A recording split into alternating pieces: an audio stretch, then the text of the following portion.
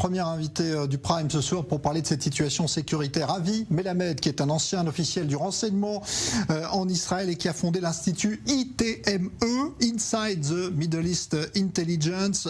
On comprend évidemment de quoi il s'agit. Bonsoir Avi Melamed, merci d'être avec nous. D'abord un mot sur cette situation.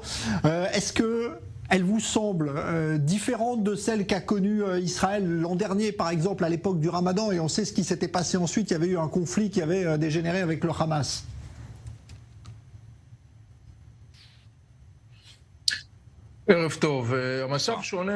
La situation est à la fois semblable et différente. Nous connaissons ces types de situations. Cela fait bien longtemps que nous sommes confrontés à des vagues de terrorisme, qu'il s'agisse de vagues de terrorisme effectuées par ce qu'on appelle des loups solitaires, des individus, ou des vagues de terrorisme qui sont dirigées par des organisations comme le Hamas, le djihad islamique ou d'autres.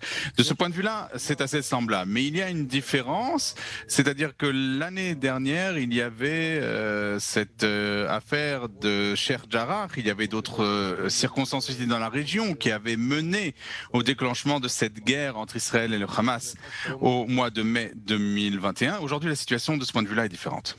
Alors, on a vu qu'il y a eu ce week-end ce démantèlement d'une cellule terroriste qui était, semble-t-il, prête à passer de nouveau à l'action. Le djihad islamique promet aujourd'hui de venger cette élimination. Est-ce que vous craignez, vous, que les choses débordent justement du côté de Gaza désormais ?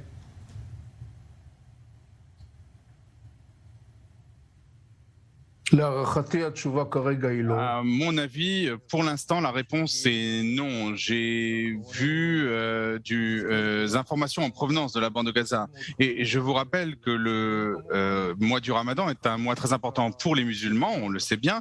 Et une des raisons principales de l'importance, c'est l'activité économique et commerciale qui est importante. J'ai vu que les marchés dans la bande de Gaza sont pleins d'activités ces jours-ci. Dans la bande de Gaza, on a besoin d'entrées financières, les habitants ont besoin de gagner leur vie, et je pense que les responsables de la bande de Gaza, et en premier lieu le Hamas, seront très prudents dans cette situation. Et je pense que le problème du djihad islamique dans la bande de Gaza est plus vis-à-vis du Hamas que vis-à-vis d'Israël. Je ne pense pas que le Hamas va laisser le djihad islamique prendre l'initiative d'opérations qui vont donner lieu à une rétribution israélienne, et le djihad islamique fait preuve de beaucoup de critiques dans la bande de Gaza. Alors, il a été question ces jours-ci, après les attentats qui ont frappé Israël donc la semaine dernière, d'un manque de moyens, d'un manque d'effectifs dans la police, dans le renseignement intérieur. Est-ce que vous pensez que c'est la cause, le problème aujourd'hui du fait qu'Israël n'ait pas pu prévenir ce type d'attentats? Est-ce qu'il y a un vrai problème pour vous d'effectifs dans la collecte du renseignement, par exemple?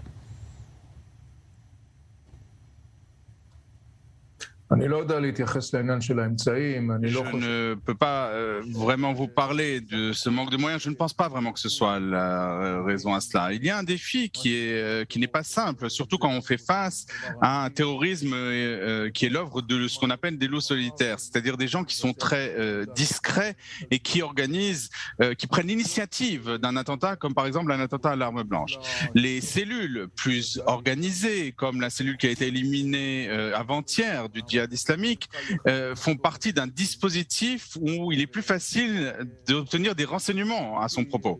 Et le Hamas, le Shabak, pardon, a une couverture assez bonne de ce type de cellules. Je ne peux pas vraiment vous parler des moyens. Je ne pense pas que ce soit vraiment le principal problème. Bien sûr qu'il y a des choses qu'il faut faire pour améliorer les capacités. Merci beaucoup Avi Melamed. Je rappelle que vous êtes ancien responsable du renseignement en Israël et que vous avez fondé l'ITME, Inside the Middle East Intelligence Institute, donc chargé de réfléchir justement à ces problèmes liés au renseignement au Moyen-Orient.